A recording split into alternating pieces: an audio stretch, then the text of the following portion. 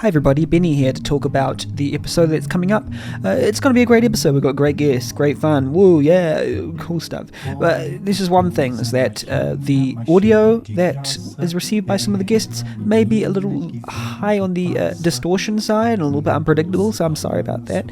But it's just the way that the audio was received by the computer, so I apologize for that. But I hope you have a great listen. It's a good episode and got some awesome, people on board. Yeah, have fun. Bye.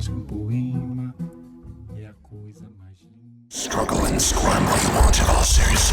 With my army of cybernets, I, Asmodeus, will overtake mankind and carve my name into the suns. Hey! What is the meaning of this? Sorry, Who dares interrupt it's me, Harmless. Hi, I've self-inserted myself into this commercial so that I can promote my game. The Vulture Zero, Limbs of Cognition. Yeah, exactly. It's an action RPG made in RPG Maker MV, and it's set in a dystopian sci-fi, and there's like blood and shit. You're kind of a mess, but like in a hot way. Never mind, just get on with the podcast. Okay, here we go. In 3, 2, 1. Ladies and gentlemen, you are now listening to RPG Maker Cola.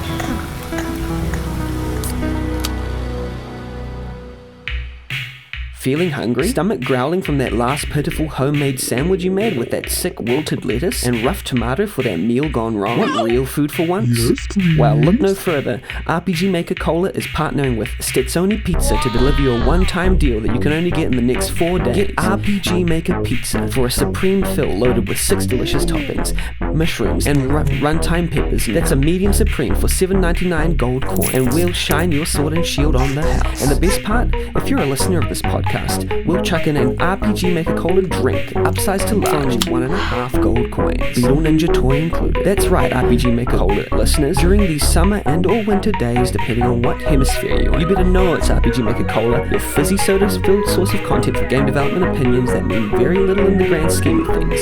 It's your favorite RPG Maker podcast, RPG Maker Cola. I'm your host Benny, also known as Cash, also known as the Puzzle Snob, also known as that pizza better left undelivered, and this is the place for you. It's a chill space where we get together skilled developers from the RPG Maker community to chat cordially and occasionally non-cordially about game development, game design, and probably a whole bunch of unrelated other stuff too. It's casual, it's cool, it's cola. Today I have 2 guests who really are great and very interesting. I'm happy to have them on board. They're extremely creative and they create audiovisual treats of sorts that will, probably go good with that combo you bought earlier. Wait, I think I hear a knock at the door now. It's our first guest, or rather delivery man, someone whose games exhibit visual flair and strong atmosphere with a penchant for the thrilling and horrifying. Their first game I know of that was released is One Night at the Stees, a Souls-inspired mishmash of Five Nights at Freddy's with Mother 3-inspired graphics and cute pizzeria employees. You'd collect tokens from battles and use them to increase your pizza club rank or level to gain new skills to face the horrors of the pizzeria within. From there, they progressed to Daydreaming Derpy, still showing off a knack for visual flair in a Paper Mario-esque JRPG with an exploration on the dream world and a collection of abilities to use, and eventually progressing to their game known as No Delivery, a sort of spiritual sequel to One Night at the Stees, or maybe direct sequel, we'll see, featuring procedurally generated content in a pizzeria, yet again, that is maybe haunted? Who's to say? You'll have to play the game to find out. But at least it's certain that the possibility of delivery has been shunted. Their latest game is Nobody's Home, where after a night of extreme drinking and partying, you wake up in a stranger's bed to discover, well, the title. It seems their penchant for creepy vibes and atmospheric build-up has been polished up until this point, with pixel art only getting more gorgeous over time in the context of reanimated partygoers and all sorts of strange mansion phenomena. If you can call it a mansion. There's an incredible creator whose work is exceptional, and I'm very happy to have this lead developer as a guest on the show. I am proud to introduce the one, the only, Oates.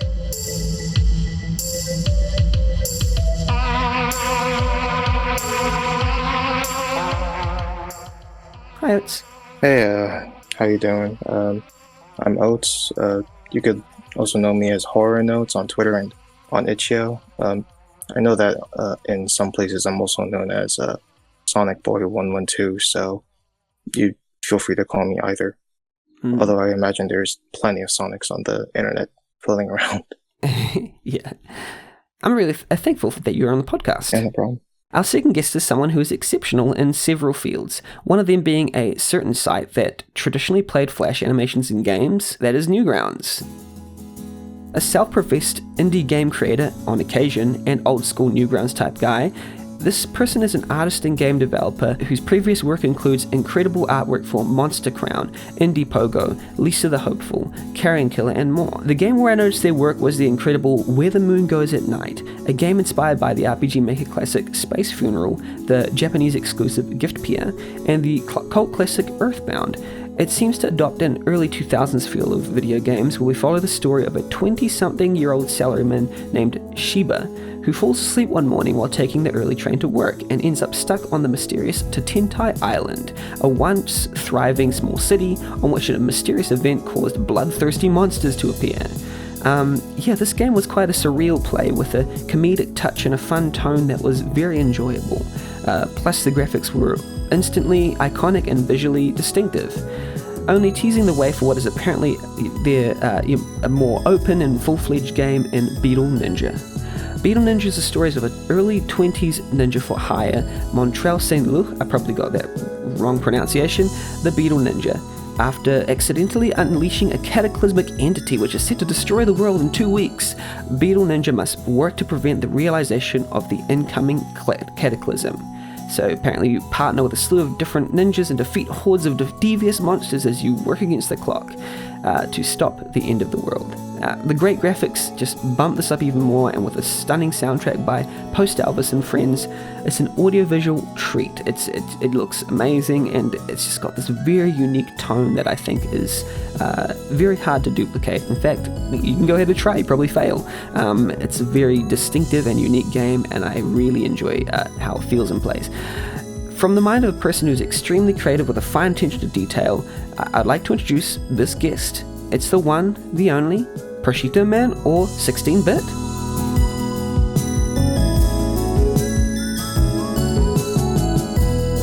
Hello. Hello. Yeah, I made those games. Thank you very much for the introduction. I'm excited to answer your questions. Yeah, excellent. Thank you for coming on the podcast, both of you. I'm really, I'm sure the listeners are really excited to hear what you have to say. And now we are going to go to the Buzz Corner.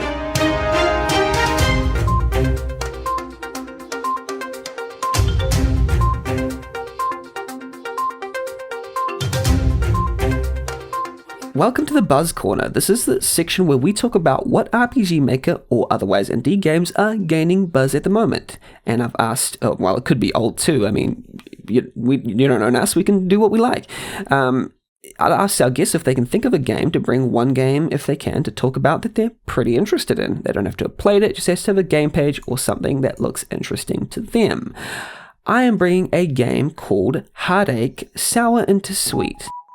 Now, this game was created by Flower Thief. It was completed in 2011, and it's a weird mishmash of, say, dating sim and board game elements.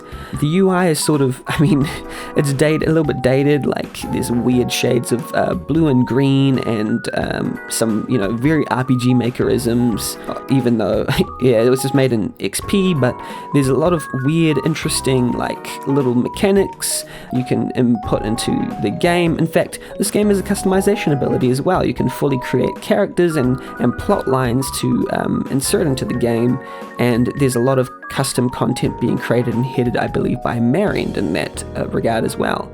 But basically, what I like about this game is you have a 101-day calendar to sort of interact with, do the usual date a number of female characters as a male high school student in Japan, the normal thing.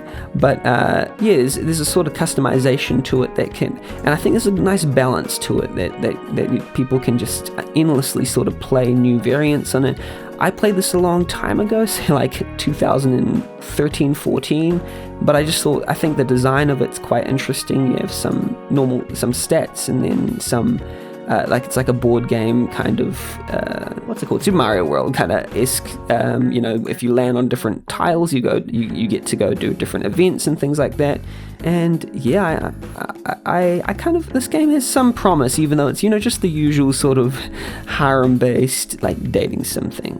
But I recommend listeners to go and check it out anyway. Maybe, with trepidation. It's still a dating sim. I know there's a lot of dating sims on Newgrounds as well. I think it was that Pico dating sim. Pico sim date, yeah. Yeah, which was quite, I remember playing that. That was quite fun. But this is just another variation of that, I suppose, with lots of custom content that you can create. ProsciuttoMan, what do you bring to the Buzz Corner today? Right, well, I'm going to be bringing Declines Drops, which is a game that my friend made and that Beetle Ninja is in. You were talking about Beetle Ninja earlier. Mm-hmm. It's Yoshi's Island and Super Smash Bros. Inspired platforming game about, similarly, saving the world from the decline, which, as I understand it, is a cataclysmic entity created by some sort of corporation. And this is a Kickstarter recently, which was actually quite successful. Like, it got double its goal almost. Yes, almost double the goal. It was very, very fun. Just because I was in correspondence with the developer, because we're friends. He did a lot of the playtesting for Beetle Ninja, and so we were in correspondence about the game. And I tested early. It was really fun. It was a great experience. But yeah, definitely you should keep an eye out for this game when it comes out properly, because I think it'll be really good. Oh, excellent. Yeah, it's like a game about a wooden puppet who just didn't want her garden to be destroyed. It's like it's like story based kind of thing. So it's like, even though it's not fully because you said something about, it's sort of like Super Smash Bros. But it's like a platformer game with a story as well. Is that how it works, or is it? No, it's more gameplay based. I think the main influences that he talks to me about are Super Meat Boy and Yoshi's Island and Smash Bros. All very gameplay focused endeavors. Ah, right. So it's focusing more on that sort of platforming aspect, and I wonder if it's going to be quite linear or if it's going to be quite non-linear when it comes to... At the moment, it's quite a linear game, but I enjoy it. Enjoyed it. The art is very, very nice. I do like all the custom assets, and the animations are very smooth. So, it was quite nice. I actually asked them to be on the podcast, but they were very busy. Obviously, when I look at this game, I'm like, oh, of course they're busy. They've got a lot to do, But no, absolutely, yeah. Yeah, there's a lot, when you start a Kickstarter, I suppose you have to deliver on the backers and everything, and there's a lot of a little bit more pressure to deliver. Yeah, I don't know. I wasn't first-hand experiencing this, but I from what I know about running Kickstarters, it's quite, you have to prepare quite a lot ahead of time, and he didn't. So I did kind of deal with that afterwards. I see. Yeah. It's from everyone I hear does Kickstarter, it's always more work than they think. They're like, okay, that was a lot more. I trust that a developer who can create this kind of game can also deliver a very effective sort of backing system and all that kind of thing. Yeah, excellent. Declines Drops, when that comes out, I wonder when a demo... Oh, there's a Kickstarter demo available. Nice. So there is something that's available to play, I think? Yes, you can play the Kickstarter demo. Oh, cool. I think I might give that a go sometime. I've actually been following that for quite a while, and I'm pretty much a big fan of a lot of the art style with this. Mm-hmm. Just with the main character and their adventurer's outfit and boxing gloves kind of character design. I actually haven't played the Kickstarter demo, but just from everything I've seen on Twitter, it looks like a really smooth and well put together demo so far. Yeah.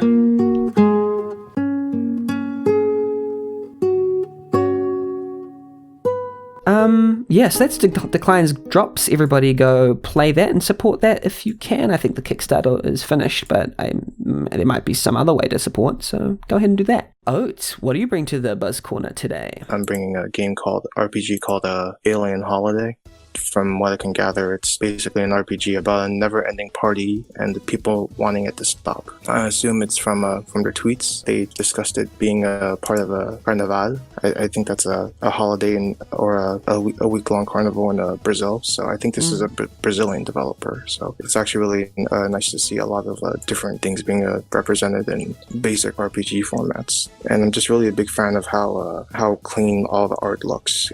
It's incredibly detailed from what I've seen in recent posts. I'm loving the character designs too as well. There's a dog type character in the party, so big fan of that. With a hat on. Oh yeah.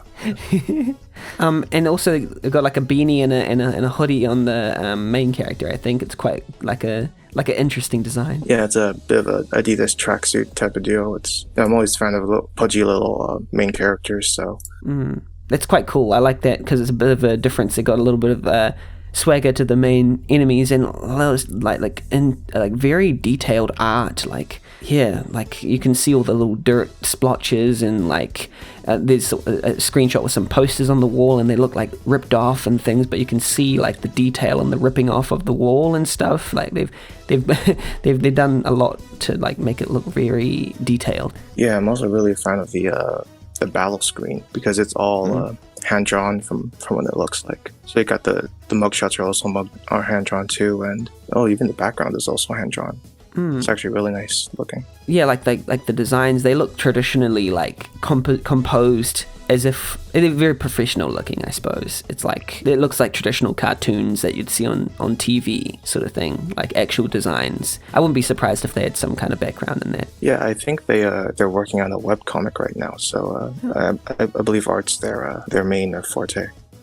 Looks nice. Yeah, they're making this on RPG Maker MV from what I remember, and it's looking really good. I wouldn't have even guessed. It looks so detailed that sometimes it looks like it's not creating it, but I keep forgetting that MV has quite large pixel size, but they're just using it to the greatest degree, I suppose. Yeah, I think it was upscaled to from 36 by 36 to 48 by 48. Wow. I think you could accommodate any sprite size, just depending on your resolution. Yeah, from everything I've seen from their Twitter, all these screenshots, they're just it's just looking really clean, really, really interesting. I look forward to seeing some future gameplay from whatever they have in store. At the moment, they just have a @alien_holiday as their Twitter, but I don't think they have like an itch page or anything like that, do they? No, I don't think so. Yeah, okay. Well, hopefully, it'll keep expanding. It's got a few followers, but hopefully there'll be more and more followers as it sort of gains in buzz, because this looks very clean. Yeah.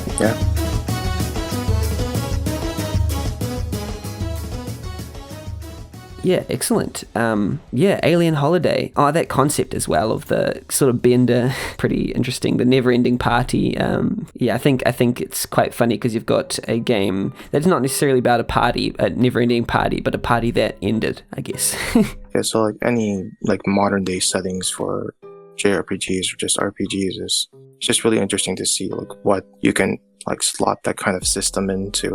Like for here, it's Carnival and. And I guess in No Delivery, it's specific modern place, so it's not the kind of place you would see fantasy systems being slotted into. But yeah. Yeah, you can add a lot of recognizable objects like glasses and cigars and just modern day stuff like tires, and it's a pretty interesting. I love games set in cities. They're pretty cool in modern day. I like those. Yeah, thanks for bringing those. Those are the games brought to the Buzz Corner. And now that we've done that, we're going to go on to the next section, which is we've been playing games. Maybe?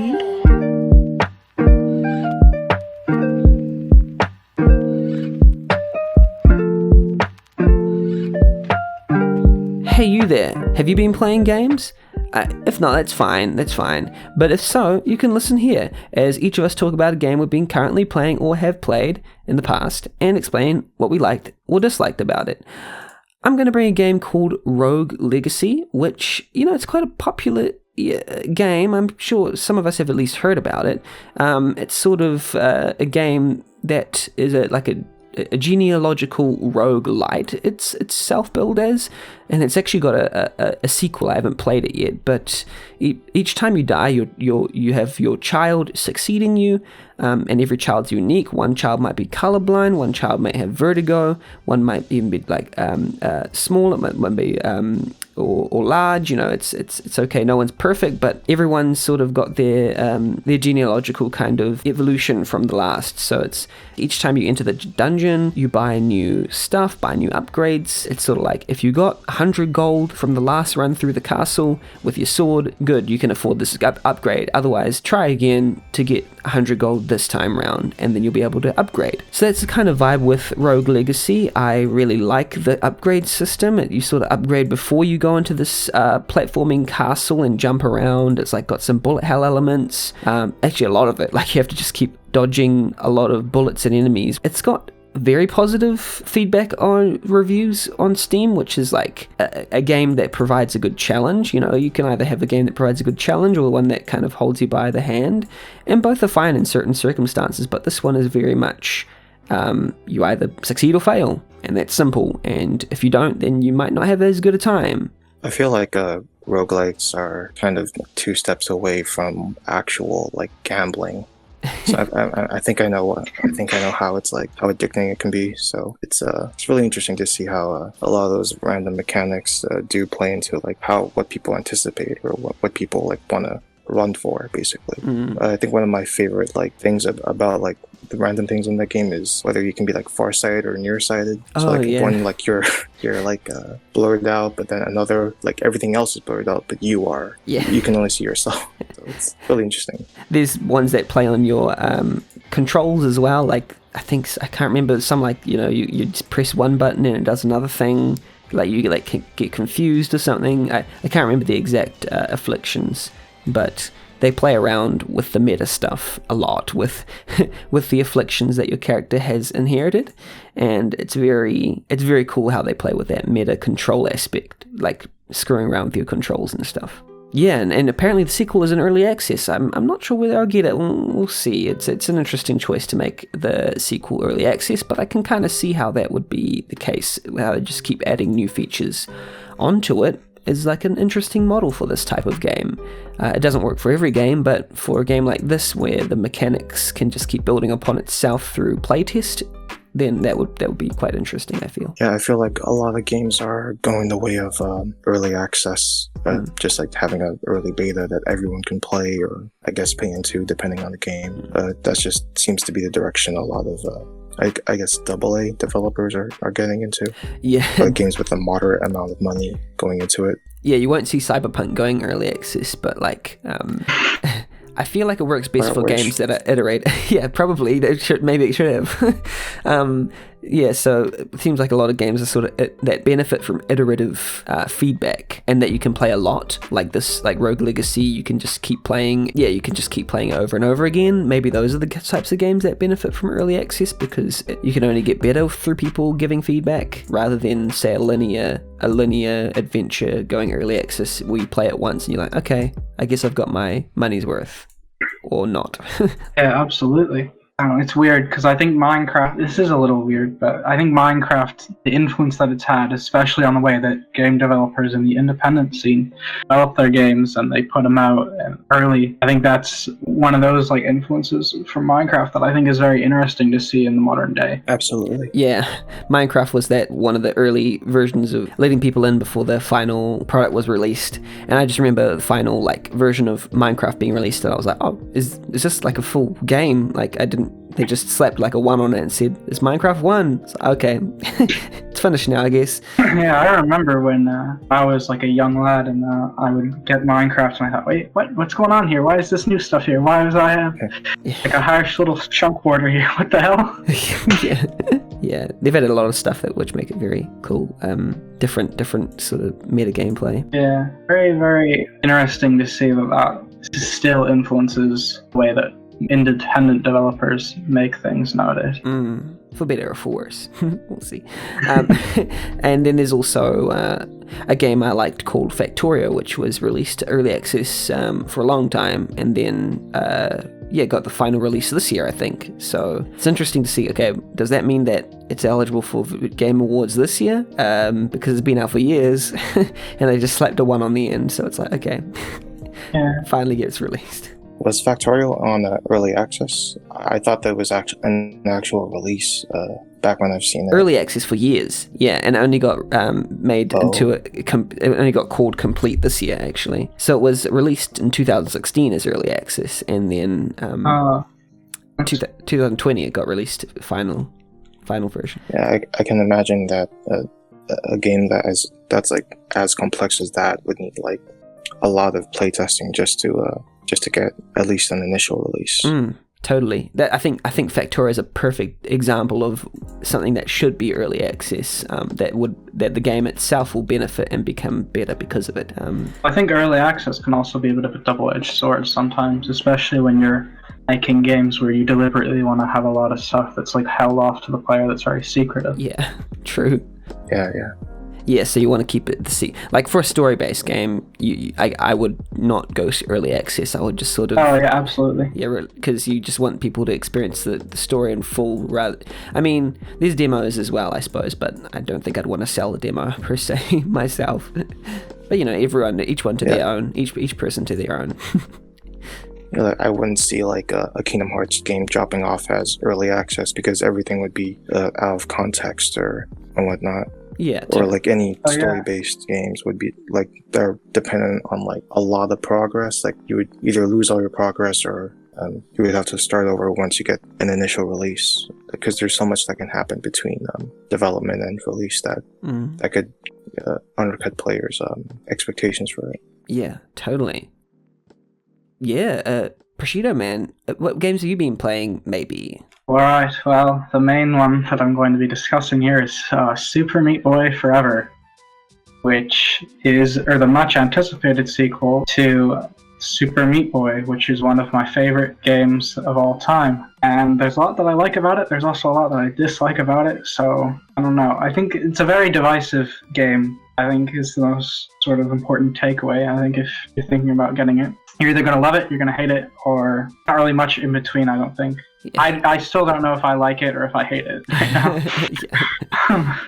It's like an auto runner, like they change the genre completely almost. Yeah, you can really tell the like mobile roots of the game, especially when you start playing, because it's 3 buttons. There's a jump button, there's like a crouch button, and then there's an attack button, which is the same as the jump button, but we'll just pretend that I said there were 2 buttons. So they definitely one up the retro throwback levels. Absolutely, those were like the worst part of the original game, because it was just you have 3 lives and you're booted out, right? And it's just the same as the rest of the game. Yeah, but this time it's like these very authentic NES and Super Nintendo sort of throwback games. It's very thematically, if Super Meat Boy is about Nintendo Entertainment System era games, Super Meat Boy is about Super Nintendo era games.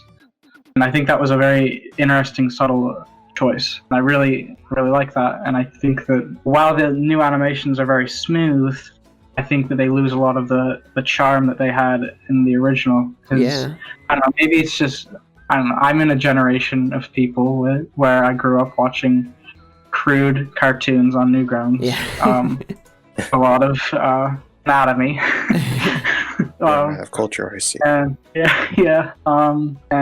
so I guess I'm kind of nostalgic for that crude look that they had. And this game doesn't have that, because obviously it doesn't have Edmund McMillan on it. The stuff that he did design, the like little meat boy that he has, that's the prototype boy that they showed off in the launch stream. I think he looks really cool. But I think the area themes also, I think they're very, very hit or miss. I really love the Rusty Wires world. Very, very nice. It feels very authentic to Meat Boy. But some of the other areas, like the laboratory, feel very, very different. I liked the crudeness or whatever, I guess you would call it, of the original, whereas here everything, even in terms of within the game's world, feels too polished. I think that makes sense. Yeah, I mean, it harkens back. I remember watching Newgrounds stuff about there was lots of crudeness and inside jokes and stuff about clocks and stuff. I remember Clock Day and lots of different animations where just people just shooting shooting their, first, whatever first came to their mind. And that was part of what made Newgrounds so incredible, was the amalgamation of all the, just all these elements just coming together in one big, intense mishmash. It wasn't about polish or anything like that. But what happened in Super Meat Boy, what came out of that was, there's good game designers that they made a lot of games, and then they just sort of, like Emma McMillan, who just kind of honed their craft until it's like, okay, we know that you've got the basics of the game design down pat, but I suppose they weren't able to fully capitalize on his inherent game design abilities as well. Because I feel it's for those who don't know, it's like a randomly generated sort of levels with these pre-made chunks that kind of come along, and I feel like there's only so much that you can do with that, being an endless runner with sort of randomized chunks. It has that sell of forever in the title, but also I don't know if that's what I want. I want some handcrafted non-repeatable things that I just I like the original in that way, because no, absolutely, I gotta agree with that. Certainly, I think that the handcrafted original levels definitely supersede the chunk-based stuff. I think some of the chunks are very, very fun, but you have to enjoy them on an individual level rather than as a complete package, Yeah, and I just like the idea that, there's a reason why, it works when there's individual, a bunch of individualized chunks that you only play once each in the original, which is because then you're like, okay, I finished that, I don't need to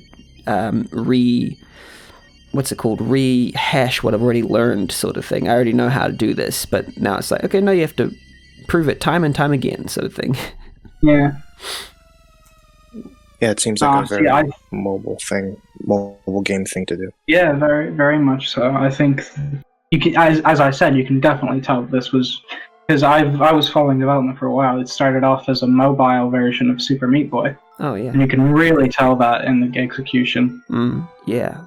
Well, anyway, if that still, appeals to any of our listeners, go check that out, Super Meat Boy Forever. But I enjoyed it. I'm not going to say don't buy it. And I'd also encourage to check out Super Meat Boy, the original, even if I didn't enjoy it forever. The original is just a classic, absolute classic, and so influential. Yeah, extremely influential game. I think it was one of the first games to really, that and Minecraft. We talk a lot about Minecraft so far. But that and Minecraft, I think, really cemented the idea in people, especially people around my age, that you can pick up a game engine, and if you work hard enough at it, you can make very good games. Absolutely, yeah.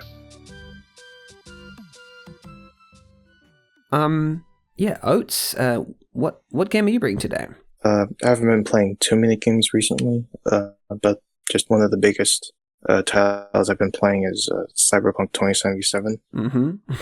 Everything about this game, everything that's being said, obviously online about it, is absolutely true. It runs like shit on PS4, base PS4, so there are times where it does play well, and there are times when I actually engage in gameplay and it's running at single digits frames, and it's a really interesting experience to just see really nice moments of this is a really good quest line I'm following. Then all of a sudden I get dragged into regular combat, and it gets very sluggish, very, very poorly optimized. So you have the PS4 version. I don't know if I think that version was pulled from the PlayStation Store, so right. I don't think you could get it specifically for any of the consoles right now, I think.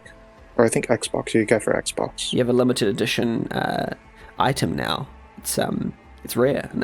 Yeah, it's kind of like how PT, you have a PS4 with Cyberpunk 2077 back when it came out in 2020.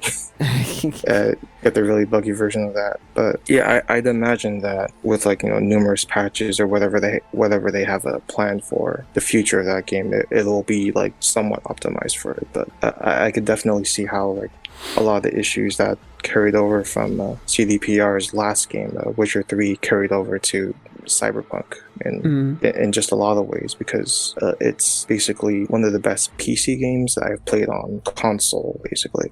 Oh, right. And there's just a lot of PC game isms that like all these options, all these I guess customizable settings that you can somewhat tailor to your experience that would be normal if you were playing on PC, but because you have a lot less control on PS4 on Xbox, you just wouldn't be able to do that, and you're kind of just stuck with whatever version of like aiming down sights or aiming down or like gunplay with what have you that just comes with. Yeah. So it seems it was like clearly made for the PC sort of thing, like in obvious ways. There's just like in terms of just micromanaging all these items and all these quests and stuff. So there's just a lot of things that just aren't really tailored to using a controller just to play it. Like it even has like a cursor you can use to like navigate through the menus. Oh wow. Like you can use like the D-pad to like select specific options, but if you want to get like select this item or select this item, craft this item, then you could use like the right thumbstick to like move a cursor around, and I can see how that's an easier option to use if you actually have access to that. But if you're on PS4 then, or if you're on PS4 or Xbox, you're kind of stuck with whatever analog that they give you. Yeah. Just the bugs that I've heard are so funny, like T-posing out of a car, wearing no clothes, like flying into the air, ascending, all these kind of weird bugs, It has some stories about bugs, but all I've heard about Cyberpunk, I haven't played it. But my friend's little brother played it, and he told me it looks like Roblox on the PlayStation.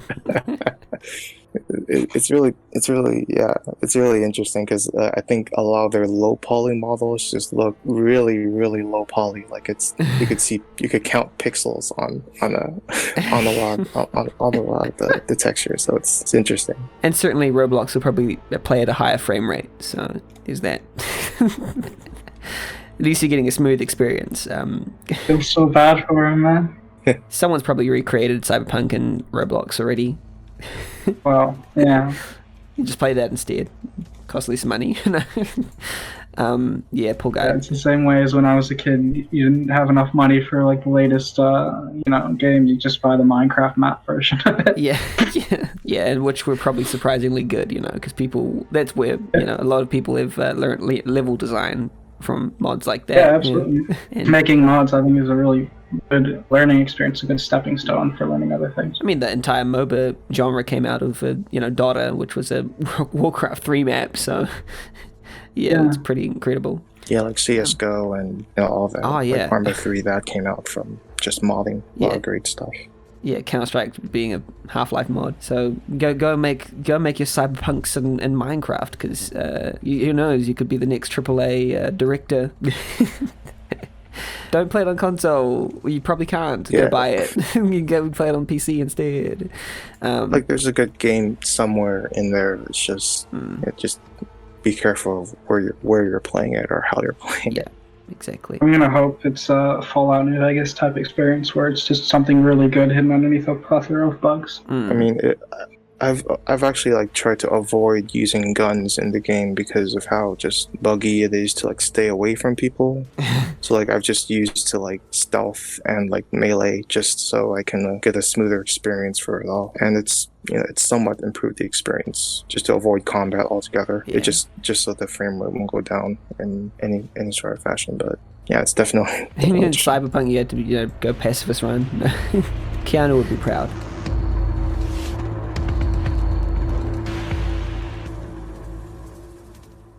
All right, so that's the games we've been playing lately, maybe.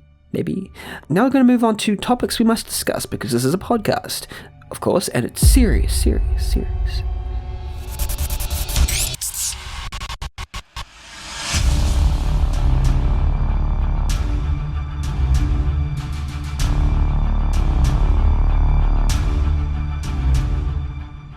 Here's the part of the podcast where we ask the serious questions.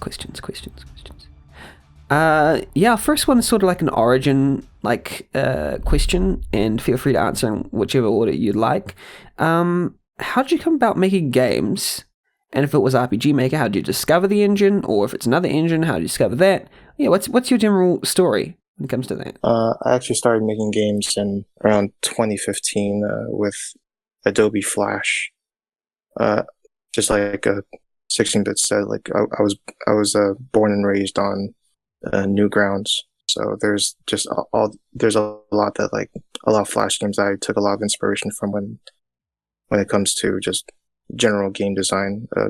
Back when I was growing up, I actually didn't have a console until I was a lot older. So any games I could play were on the computer, and usually from like either like funny games or from Newgrounds, and a lot of the interesting games that came in from there were basically all I had access to. So I thought Flash would be just a logical starting point for that, and that was back in like I mentioned, in 2015. And I actually started out with fan games. Actually, I think the first one I made was a Persona 4 fan game. It was, looking back on it now, it's actually pretty terrible because it's just fan fiction. That's how it is. But yeah, but like I think I tried to make it like with a tongue-in-cheek kind of way, because I obviously wasn't serious about like anything about it when I was making it. But it was very, very rudimentary. I think I also made a Persona 5 fan game too, and that was actually taken down. So I don't think you could play it on Newgrounds anymore. But I was able to get a somewhat like top-down like rudimentary system going on, and I kind of started to get interested into what if I could make just like regular RPGs with this. And eventually I got started on RPG Maker, and just I started to look into that specific community and see all the different kinds of games that were coming out of it. A lot of the things that really stood out to me and for RPG Maker devs back then was just how like artistically driven a lot of their games were. So it wasn't necessarily like you have a specific set of mechanics or specific set of it wasn't like Pokemon. Basically, it was like you have an entire story you go through, or you have an entire narrative experience that you could really play just through like basically just simple mechanics, really. So a lot of that was definitely a big influence on starting out, and that was when I made One Night at the Steve's. And that was just basically around the time when I think FNAF was like really kicking off, and I just I took a lot of I just took like random inspirations from, okay, what if I took FNAF and if I took a Dark Souls spin on it? Like if I had like a Firekeeper in the middle and I just had like different branching paths and had some sort of like a winding down map and obscure story and everything, and I just threw that all in there with the kitchen sink and just made a bit of a abomination that is One Night at the Steve's. And that was pretty much the first RPG I ever really, I guess, original like idea of an RPG that I started with. So that really just started getting me onto actual game design in general. And then I just kept going on with more fan games with Daydreaming Derpy, the Spike series, and I guess a big culmination of that would be in No Delivery, because I think back then I recently upgraded to MV, and a lot of that was just, okay, so what do I know from, I guess, from previous experiences, and what can I do to, I guess, sort of bring this into a modern interpretation, so to say. So I think one of the clearest ideas was, what if I just took One Night at the Steve's and I just updated it? Yeah. And I just started tossing around different ideas for it, and that eventually came out to being. And yeah, I'm still trying to experiment with a lot of these things today. Excellent. I mean, yeah, and I've also heard from ProsciuttoMan that yourself, ProsciuttoMan, and Roach. Roach was another person I tried to get on this podcast.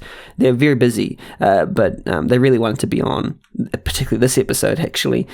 You all started on the same forums? You had kind of an interest in each other's works? Yeah, because we were all on, what's it called? Earthbound, Starman.net. We were all on Starman.net around the same time. Oh, right, yes. And all of your projects were sort of rising on Starman.net at the same time-ish, I suppose. Similar time.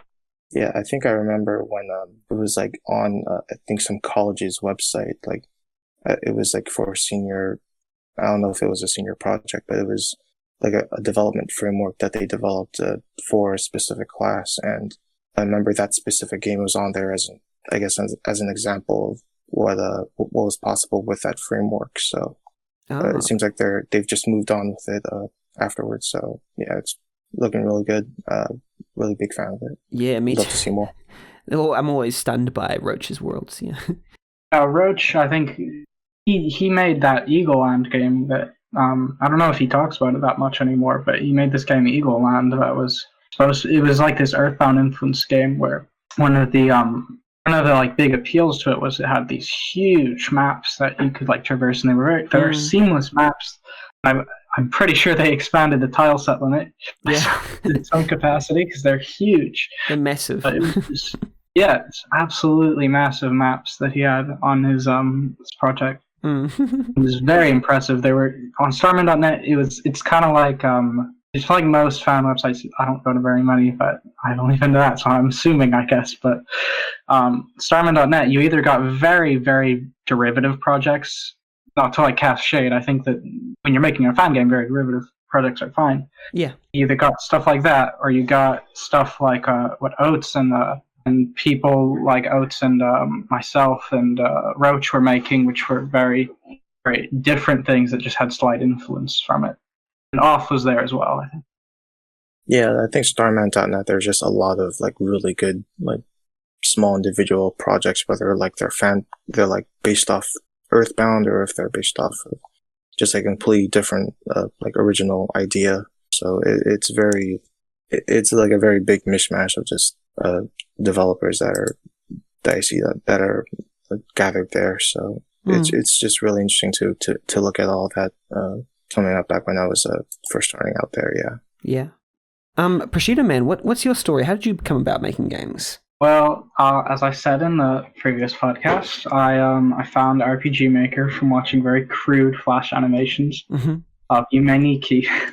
But before that, when I was in middle school, I believe, I thought it was really cool because I found a bunch of ROMs, and like ROM websites were very popular back then. And so probably a little dicey, but I downloaded a lot of ROMs. And I found out that you could make mods of them because I forget what it was some Pokemon thing.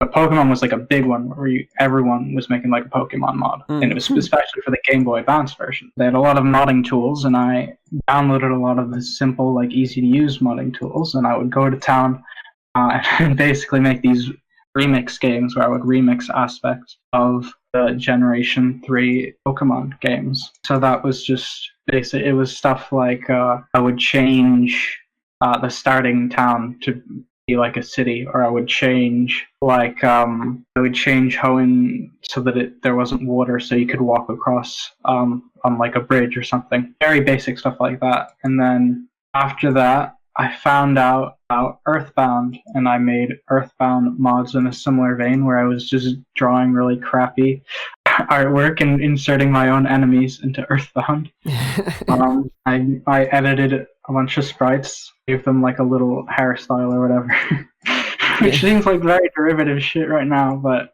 at the time I thought I was quite the innovator, making my little ROM hacks. And then I never posted these anywhere, by the way, so I can't find them online. I wish I had, quite frankly, because some of them were very cool, I think. But it was just remixing old games. And then eventually I moved my way on to the Portal 2 editor. I'm talking about, this was like right after Portal 2 opened up their like level workshop, and I was really into Portal 2. So I found out they had like a dev tool version that was much more advanced, where you could do much bigger things. So I did that for a while, and I never finished it. It was a very common theme here.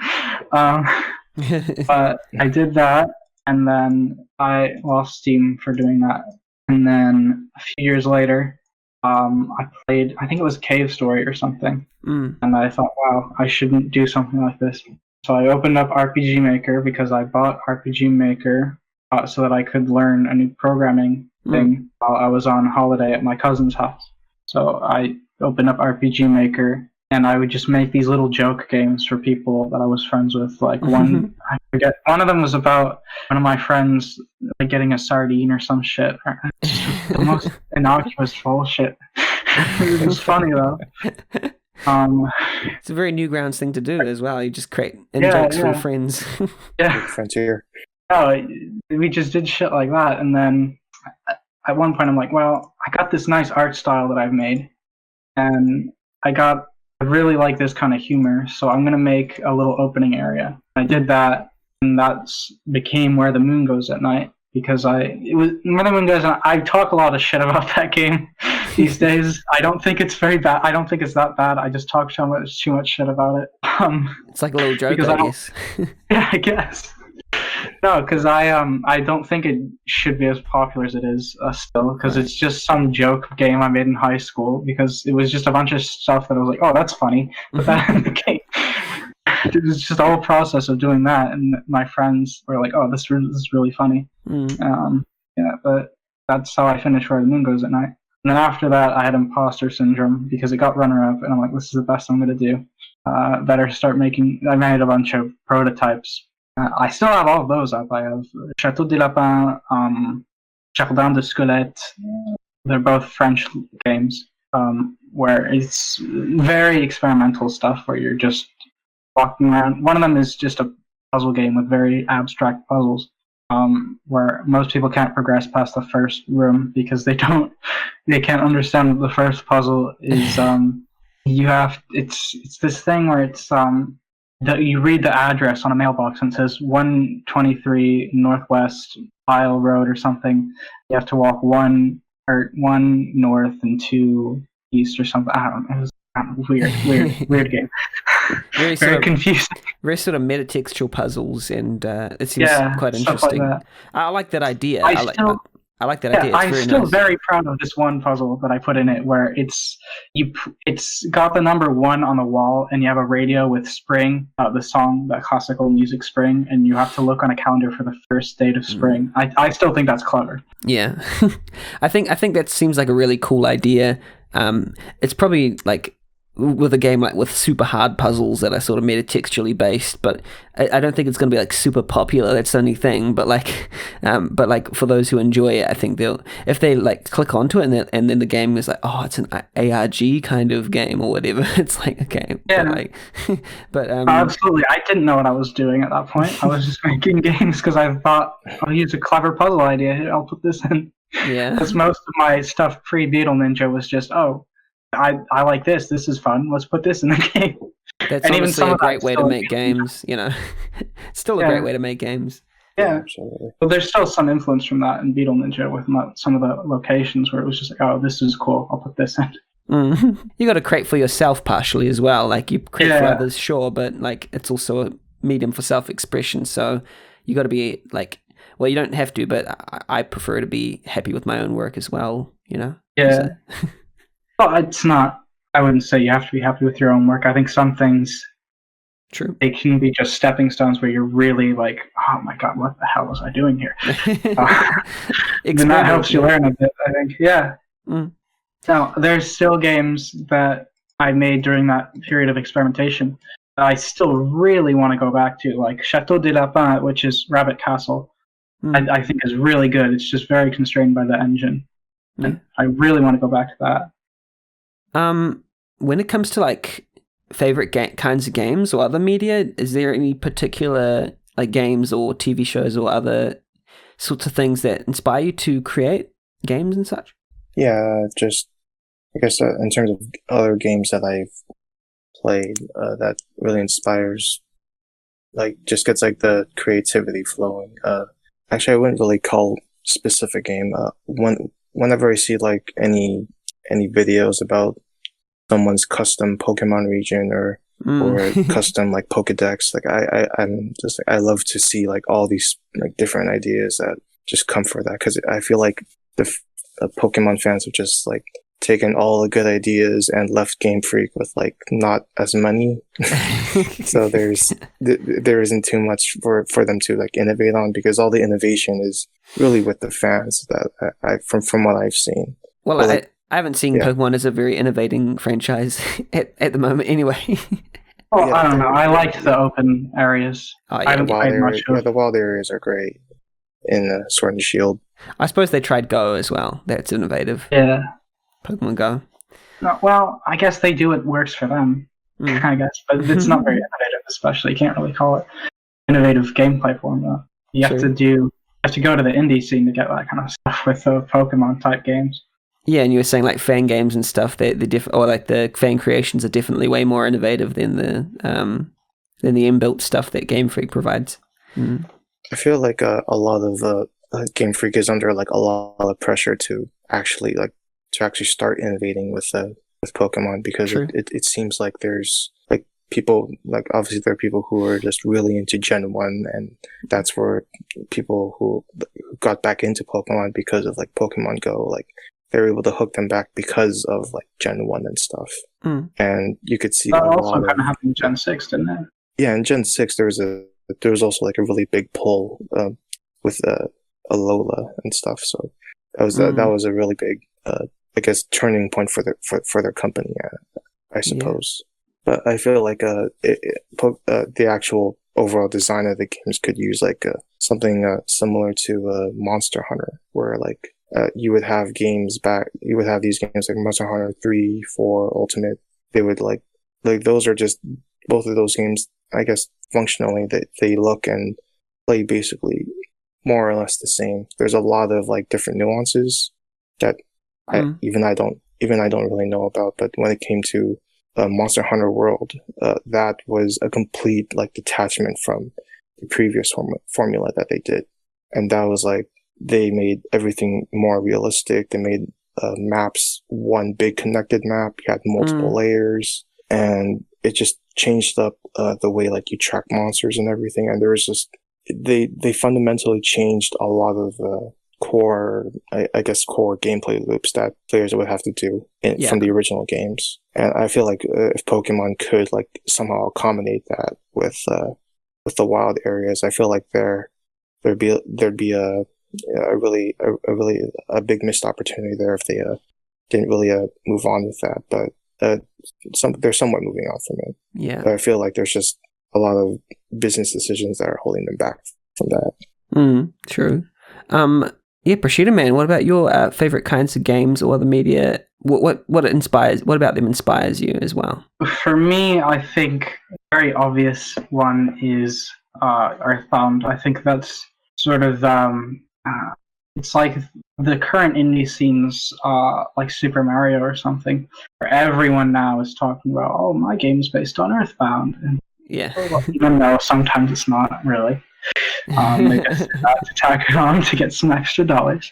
But that's a very big one. But at the same time, I think for people like myself who sort of played Earthbound and have it as an influence, it's very hard to sort of understate the fact that you have to play Earthbound at a very specific point in your life for it to have the impact that it has on what it influences, because I used to hang out with Edvinas Gondrodas, who made Lisa the Pointless, which is a fantastic game, and I think perhaps it's the best RPG Maker game ever created, in my opinion. But at the same time, he was very confused. He's like, why? I forget when this was, but at some point I was talking with him. He says, I swear I'm like the only person who hasn't played Earthbound. He's very methodical in terms of his approach to game design. And when he was making Lisa the Pointless, I think one of the things that I think he did was he went through all the influences for the original Lisa the Painful, try and dissect the DNA of that game. So that, and there was an interview I was reading with the guy who made Space Funeral. He also says, I played Earthbound, but it was too late for it to have any impact. Right. I think Yeah, I think fans like myself of Earthbound, we have this tendency to be like, oh, well, you need to play Earthbound because Earthbound is this and that, and it's the greatest game ever made.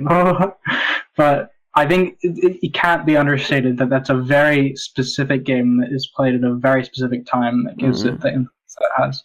I think the modern day equivalent would probably be Undertale. Like, well, I think for sure, yeah.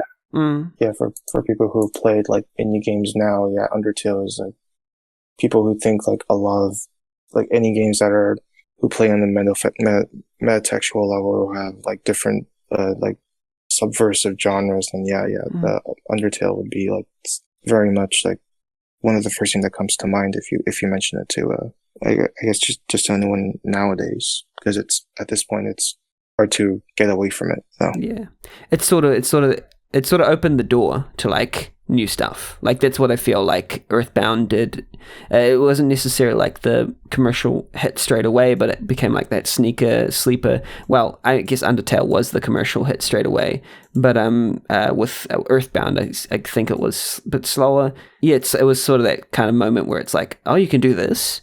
I think that's the kind of moment that both Earthbound and Undertale kind of share. It's that sort of realization of certain things. Yeah, I think for sure. I don't know. Maybe I was too old when Undertale came out. I'm not a big Undertale fan.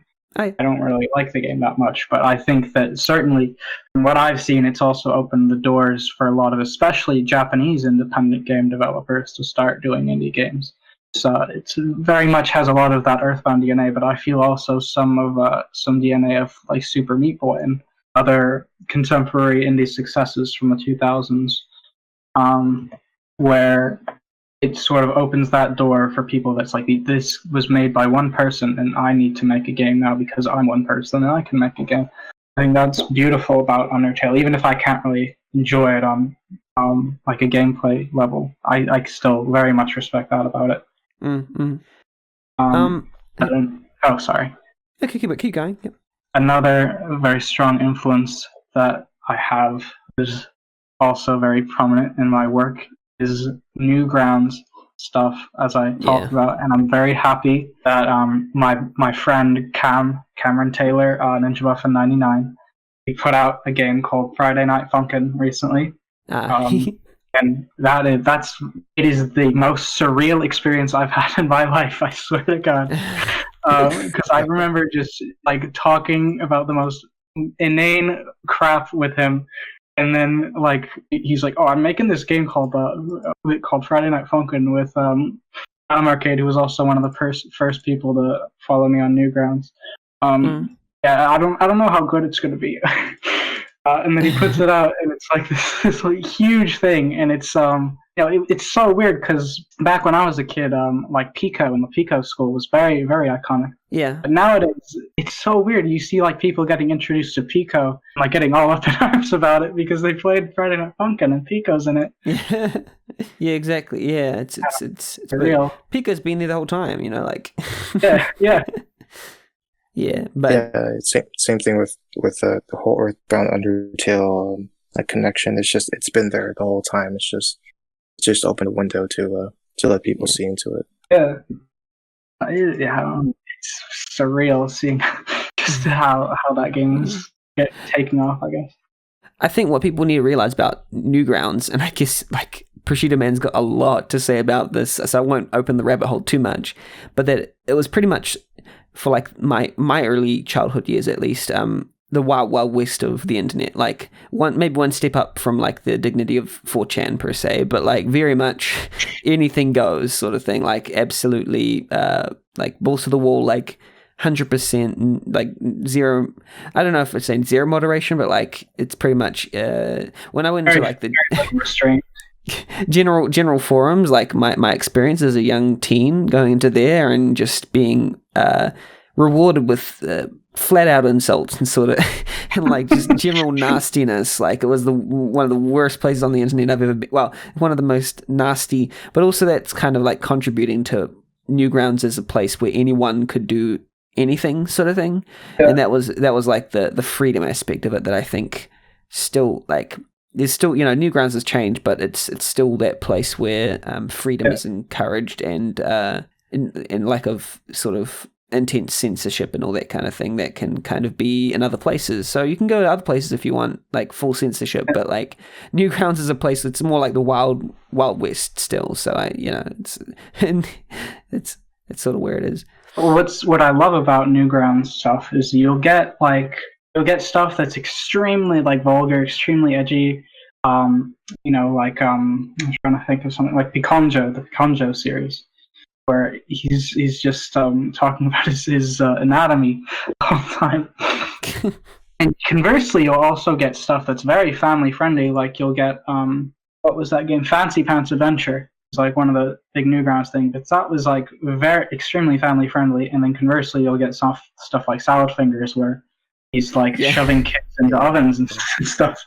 Yeah, I mean, Salad Fingers was massive and eventually got David Firth in to do like big work for like film and like doing like short films for like Brain Feeder and stuff. So like so much that's come out of Newgrounds is crazy.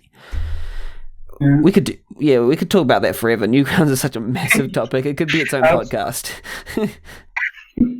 Well, certainly, yeah. I think that's very accurate to say.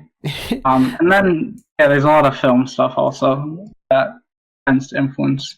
But it's not like I'll go in and be like, oh, this is... I'll watch a film and I'm like, oh, that would be cool. Like, a little bit of a spoiler for one of my games, but the final area in Beetle Ninja was kind of influenced by The Thing by John Carpenter.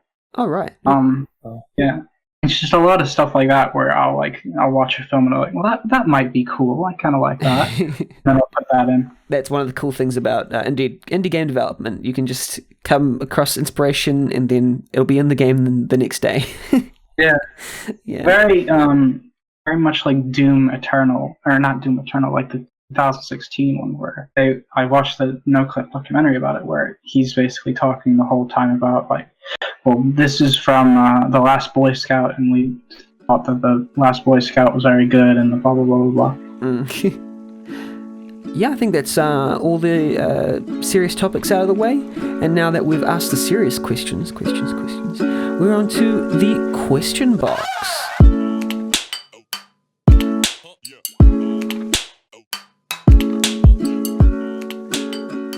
Welcome to the question box. This is the segment where RPG Maker community users ask questions related to game development and design that we honestly probably don't know the answers to, but we're going to try. Our first question is from Saxon, hi Saxon, who's a character map artist or War Master Gibbon from Lunatic Server, and their question is, will you be my friend? Do you bring offerings?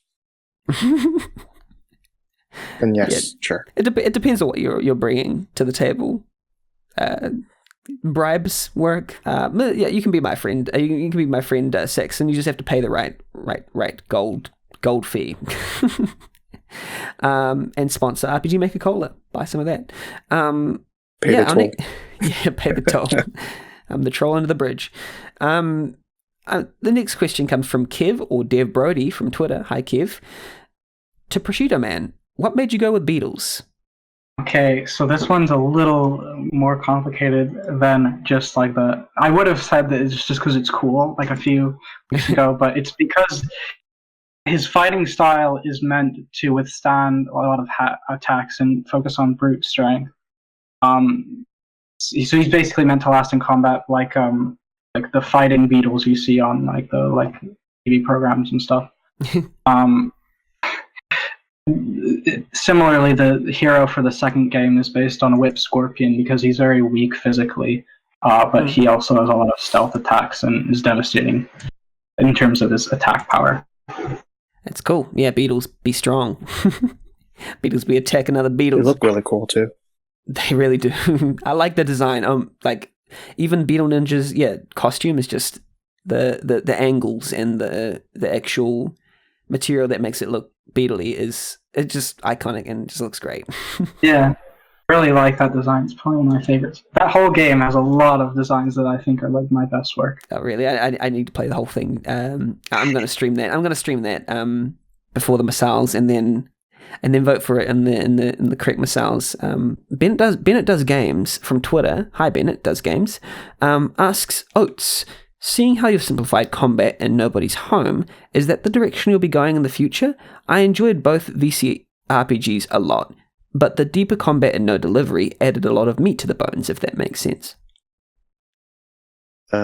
So a lot of the meat of Nobody's Home it's basically just based off the same template as No Delivery. Like I would say it's more or less based off the same project file.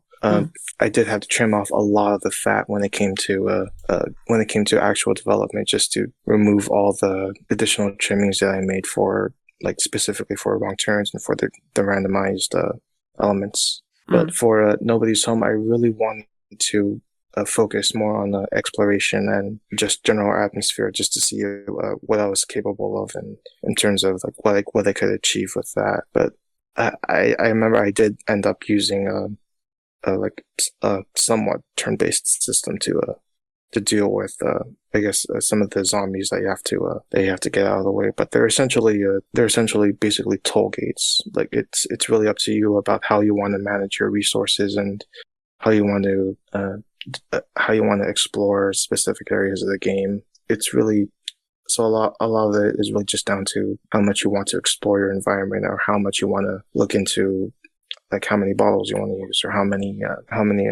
if you want to use this specific item to save to get through this guy. So it's really just more. So I really just made more of a smaller item economy for that specific game, just to accommodate that. But it was definitely more exploration based for Nobody's Home. But I really would like to go more into more of the same combat system that was in No Delivery with later games, because I feel like there's just a lot that I didn't get the chance to do in No Delivery. So that'll definitely be making a return sometime. But and the next No game, Nobody's Home, No Delivery, no, what's next? No. No other way to have no in the title. No way out. No vacancy, no. I really did not intend for that to be a thing, but it just ended up I guess it just ended up that way because Well, I guess you won't need to feel pressured to have no in the next title. Maybe your next title will be yes something else. Yes Man. Yeah. Or something. Yes Man, a recreation of the Jim Carrey film where he always has to say yes. Absolutely. But I think the original project title for Nobody's Home was After Party, but I think it was being used by another bigger indie game, so I didn't want to step on the toes for that. So Nobody's Home just seemed a little bit more appropriate with a lot of the inspirations for it. So we'll see whether or not the no sticks with the future titles, but we'll see. I personally like Nobody's Home as a title. Because it describes, I suppose, what's happening. After Party is a nice alternate title, but as soon as I read Nobody's Home, I kind of get a little bit of a vibe of the game, even without seeing any screenshots or something. I don't know.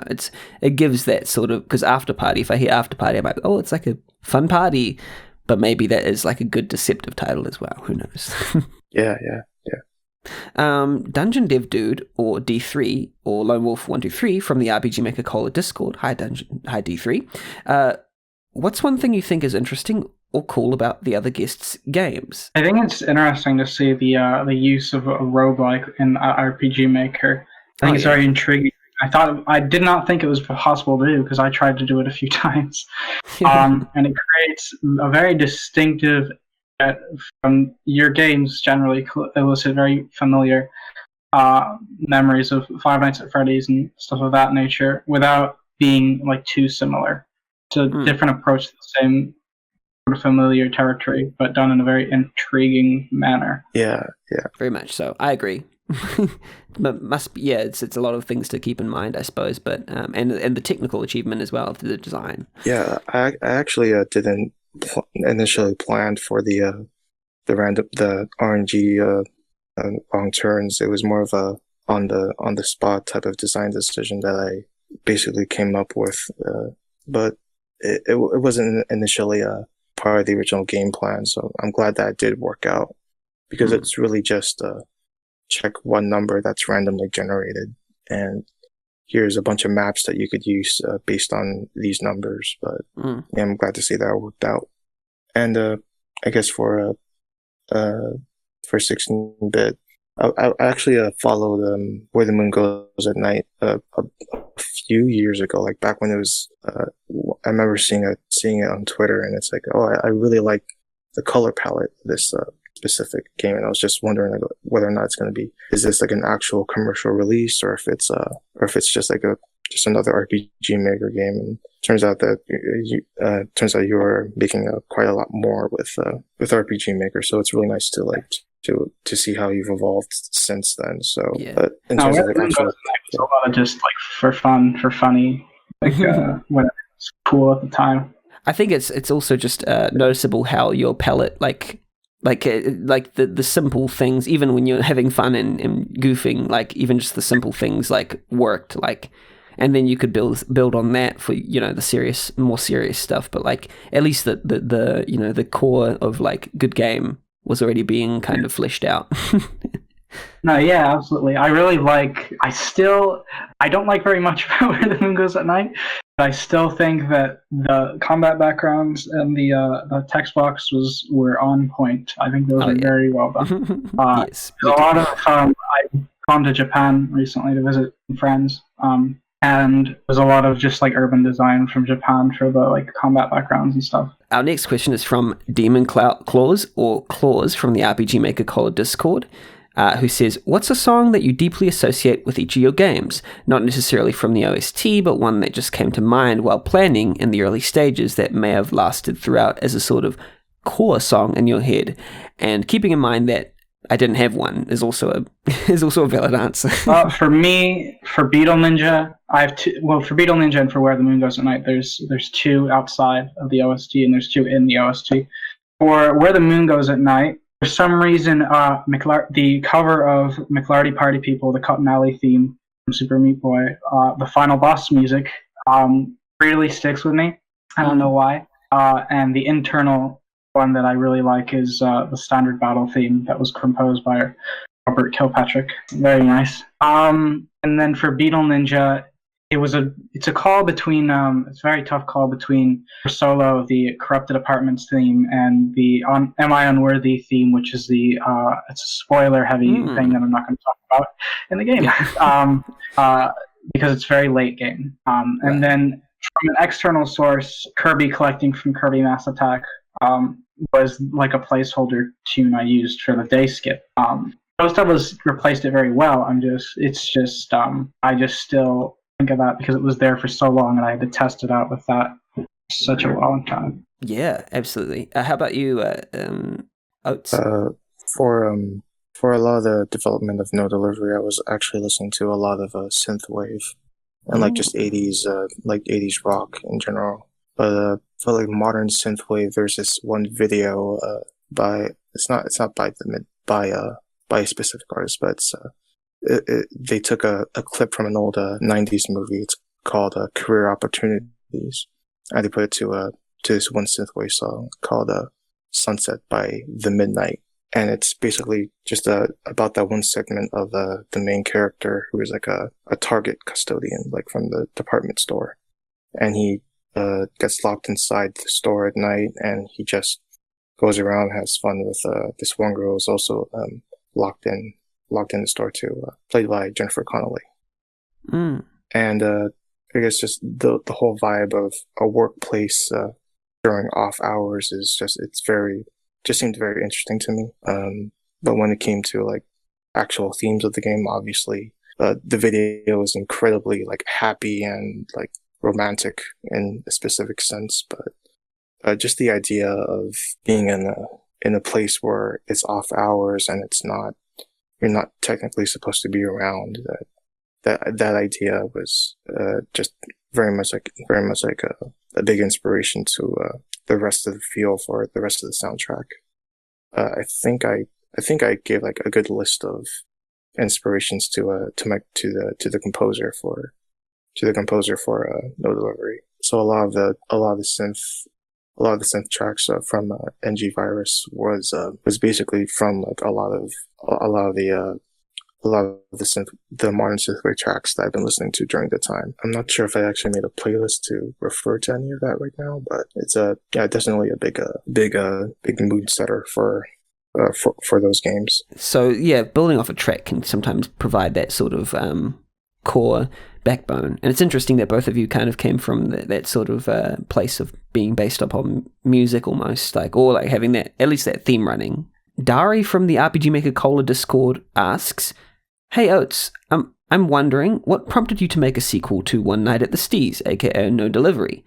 Yeah, I don't know if we've answered this already, but maybe not. I could go over it again if I did answer it. But basically, after I upgraded from VX Ace, that was the engine I made both One Night at the Steez and Daydream Derby on. I upgraded to RPG Maker MV, and that pretty much made a lot of quality of life improvements for just me personally, with coding and plugins and a lot of just new features that were available with that. So to make an initial project with MV, I had more of a clear idea of what I wanted with a potential sequel to One Night at the Steez. So I started mapping out a lot of these things, and of course this was, I think, around the time when FNAF was like wrapping up, I think, or it already wrapped up with, like, what was it? FNAF. It was after Sister Location, like two games after Sister Location.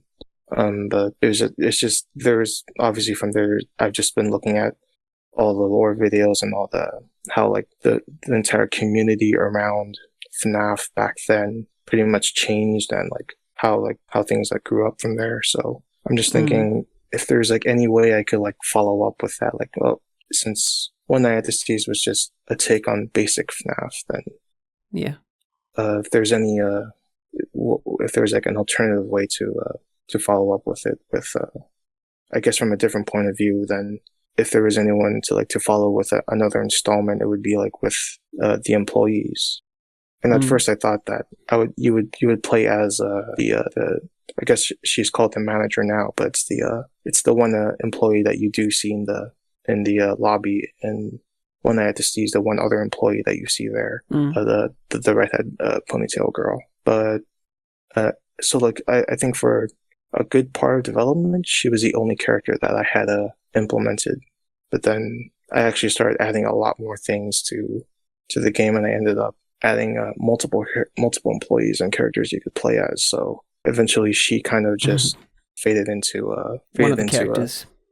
As one of the characters, and I kind of just left her as a background thing. And I guess to harken back to her being a test character, you could just play her at the very, very, very end of the game. But all of us will know now that was the original, that's the one that matters the most now. So when you play No Delivery, just keep an eye out for that character. And then everything else kind of stems from there. That's a very interesting way to sort of expand. Yeah, it's just like an expansion from an original idea sort of thing. I don't know how to quote this meme, but like if there's like a purple guy anywhere in No Delivery, I guess she would be the purple guy. Thank you, Dari. Our next question comes from Lord Blue Rouge from the RPG Maker Cola Discord. It's got quite a few questions. I'm not sure if we'll get through them all, but we'll just kind of quickly, I guess, scan through them. Beetle Ninja and No Delivery both feel like very Earthbound-like, apparently. This is from Lord Blue Rouge's perspective. Do you both struggle with this comparison?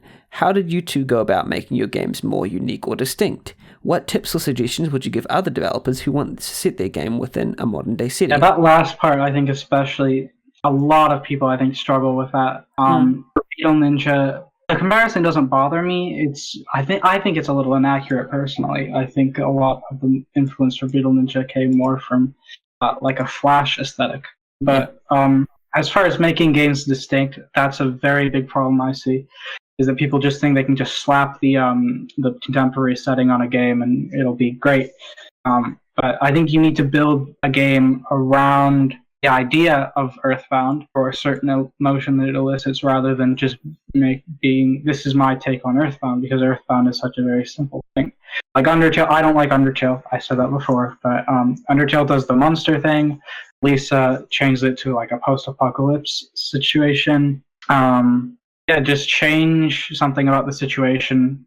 If you can't make a game about a bunch of American kids hanging out in the US and expect it to be different from Earthbound, because that premise in itself is already a little too derivative. Yeah, absolutely. I agree with that. It's when it comes to Earthbound, there's just a lot of things that you could basically just rip a lot of things that you want to do with when you're making a specific game. But when it comes to actual inspiration, there's a lot of things that can seem derivative if you don't if you don't have your own specific direction of where you want to take your ideas with. It's the same thing with setting your game in a modern setting. At the end of the day, a setting is really just one of the elements of your story, essentially. When it comes to like any story, when it comes to like if you want to have political intrigue, well, a setting will technically only really affect what specific aspects of the conflict you want to highlight, essentially. Like if a conflict is like political strife, Game of Thrones is a medieval setting. Or political strife in modern day, that's obviously in a modern day setting. And it would just really depends on what kind of ideas you want to bring to light, or what kind of themes you want to highlight, really. Yeah. There's a few questions here from Lord Blue Rouge, and I'll be honest, I think we're under a little bit of time constraints, so unfortunately we won't be able to answer every single question in the community Q&A, but I'll try and weave it into the deep dive that we have later. That goes for Quavim from the RPG Maker Cola Discord. Thank you for asking a question about Nobody's Home. I'm going to ask that during the deep dive. Orochi from RPGmaker.net had some questions, and Majim Jam from the Unique Indie RPGs Discord.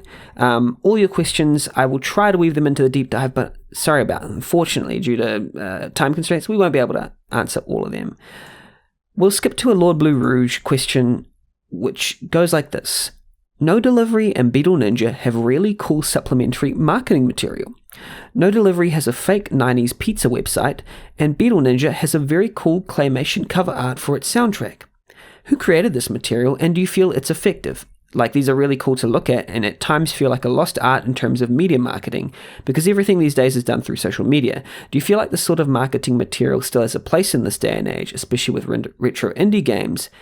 And then another question, what sort of advice would you give to other developers to make it more effective? I really like the claymation art for that too. It looks really nice. Yeah, thank you. I guess I'll go first then. The supplementary material for Beetle Ninja, I was very fortunate to have a lot of very talented playtesters who very much enjoyed the game. And one of those was Crispy, who, I don't remember when this was, but at some point after his playtesting, he was like, I want to do something extra for the game, because I really like it. And so he made a 3D model for some fan art, and I said, oh, well, can we just use that? And he's like, yeah, sure.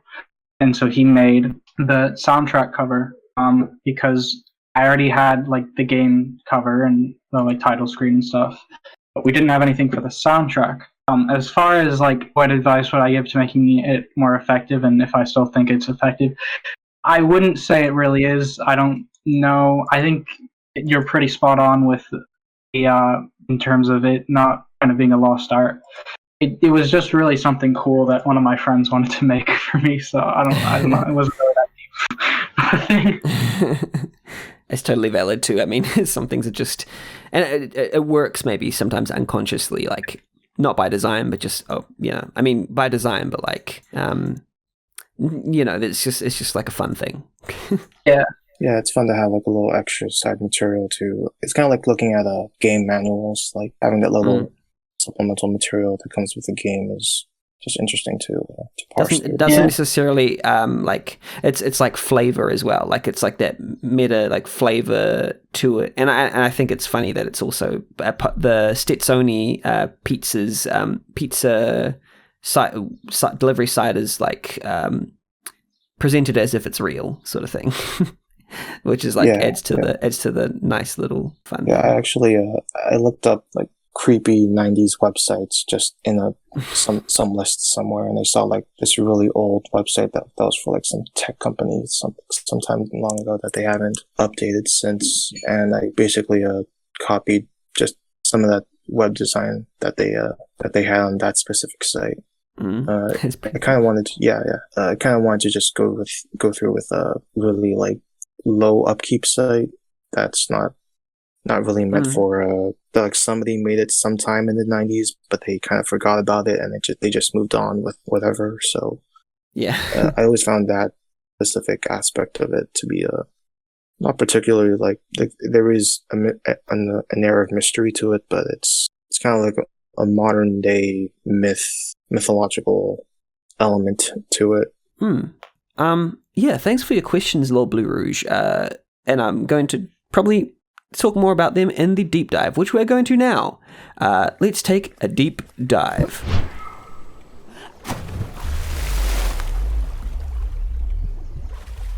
In this section, we dive deep into each of our guest projects and figure out what went on during the process, inspirations, and elsewise. For ProsciuttoMan, I think we're going to go through Beetle Ninja, and then for Oates, we will talk about their game, Nobody's Home. Yeah, so with Beetle Ninja is a game by ProsciuttoMan, the story of an early 20s ninja for hire, Montreal St. Luc, the Beetle Ninja. After accidentally unleashing a cataclysmic entity which is set to destroy the world in 2 weeks, which I love that it's just accidentally unleashed, Beetle Ninja must work to prevent the realization of the incoming cataclysm. Partner with a slew of different ninjas and defeat hordes of devious monsters as you work against the clock to stop the end of the world. This game's just kind of it's got a little bit of it got featured game on RPGmaker.net at the moment, and people are starting to enjoy it, and it's got nominated for some missiles, so it's quite exciting to see. But as for the game itself, I was wanting to ask you, I suppose, what was the impetus for creating Beetle Ninja? Like, where did you get the idea from? What was your aim when creating this game? So for Beetle Ninja, the first thing that I thought about was trying to make a resource game in RPG Maker where you're trying to manage resources that are continuously depleting. And I thought I tried to sort of adopt the Majora's Mask style of game progression. That's through a bunch of different days and you're on like a clock system, basically. That was the basic the origin point and the starting point for a lot of the stuff in Beetle Ninja. And that also led into the ninja system where you have to hire ninjas, and that's also kind of why some of the enemies might seem a little unfair if you're going in as just him, because the game is really optimized. I don't know if it's been done yet, but I don't think you can beat the game with just Beetle Ninja.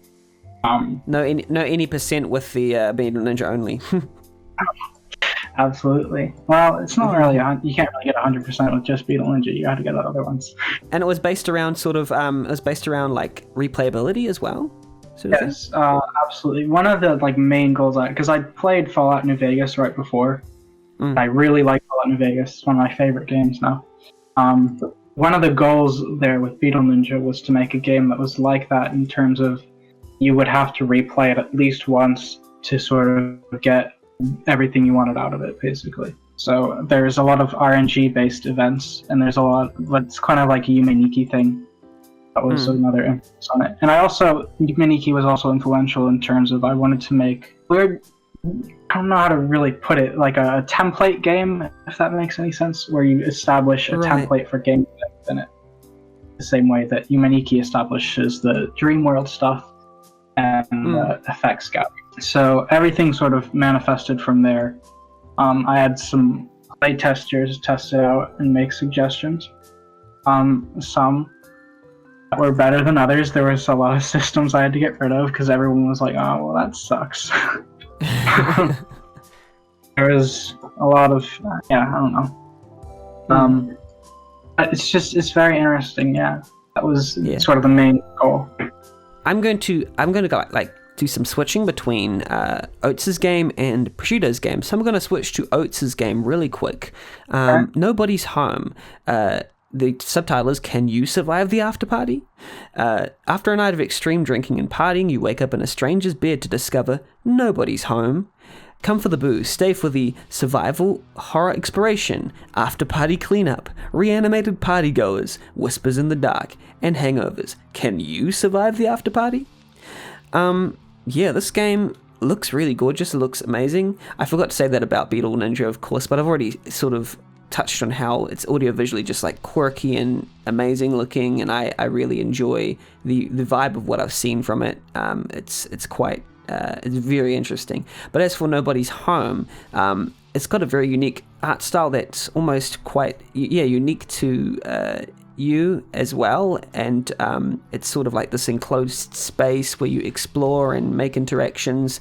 I'd like to ask you as well, Oates, what was your what did you aim to achieve with Nobody's Home? What was your goal? So a lot of the visual aesthetics for both Nobody's Home and for No Delivery really comes from this one Mother fan game. It's called Mother 4 now. It's called Mother 4, but I think now it's called Oddity. So I just really fell in love with the whole simplified Pixar aesthetic that was going on there, and it really helped me pick up pixel art again after quite a while after moving on to different mediums. So when I started game dev, when looking through specific styles that I would like to try to not just emulate, but to expand upon. The Earthbound style was just a really interesting, like the Earthbound top-down perspective. It just seemed something that seemed obvious when it comes to working with RPG Maker. But with both No Delivery and Nobody's Home, there are just a lot of little nuances when it comes to designing not just the characters, but like the environments as well. In Nobody's Home, there's quite a lot of overlap with assets in terms of like here's a standard hallway, or here's a specific outside area that can also be used. But it was really interesting to make a lot of the outside areas for Nobody's Home, because I think most of No Delivery was just inside, so I didn't really have to worry about expanding an outside map. So when it came to a lot of the outside areas, it was pretty much what can I do to make it seem like it's make it seem like you're still isolated, but you're also like outside a specific place. And there's just a lot of ideas that were just banging around when it came to how exactly you go through here, what exactly your goal is. A big inspiration for just the general idea of it is the Resident Evil 7 demo, basically. And the whole idea of that was just to get out from one specific like shitty looking house. And I think that came out like after PT, so then a lot of the people who were really hyped for that just like filtered over to the Resident Evil 7 demo, and there's just a lot of like speculation when it came to unlocking things and going through like the entirety of the demo, basically.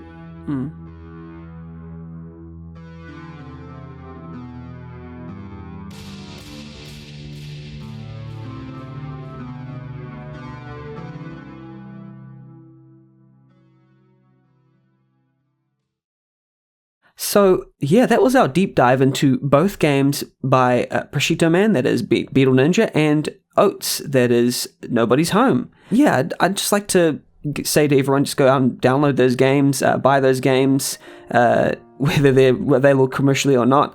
Both are, we'll see. But I'd like to extend a thank you to both the guests for being here and being on the podcast. Thank you so much. No problem. Thank you very much for having me on. Yeah, it's great talking to you both. Yeah. It's so good to hear from you. Yeah, and I like to give our guests the ability to just plug or promote anything you'd like here. How can we follow you? How can we support you? Where can we get your games, etc.? Follow me on Newgrounds, ProsciuttoMan, and follow me on Twitter at ProsciuttoMan. And yeah. Yeah, ProsciuttoMan, download Beetle Ninja, play it. And Oates, how can we follow you? How can we download your game, support you? You can follow me on Horan Oates on Twitter and on Itch.io. And currently you could buy both No Delivery and Nobody's Home on Itch.io for relatively low prices, but I'm always willing to make random sales whenever. You could also play the rest of my fan games either on Newgrounds under Sonic Boy 112 or on great username actually. And also on RPGmaker.net for Daydream Derpy as well. Yeah, go download those games. They're cheap. They're cheap games. So go ahead and just pay the toll. Pay the toll, get through the gate, and play those fantastic games. It's such a privilege to have you on as guests. These two guests here, very, very talented people, and I can't wait to see where they go in future. Really excited for Beetle Ninja 2 and whatever is in store for Oates in future. And to all our listeners, thank you for listening. This has been RPG Maker Cola. Join the RPG Maker Cola Discord. We have a fun community there. We just share screenshots and support each other and generally shoot the crap. But as for this podcast, thank you for listening, and I hope you have a good day. Goodbye, everybody. Bye. All right, cheers. Thank you. Bye. Bye. Thanks. Bye.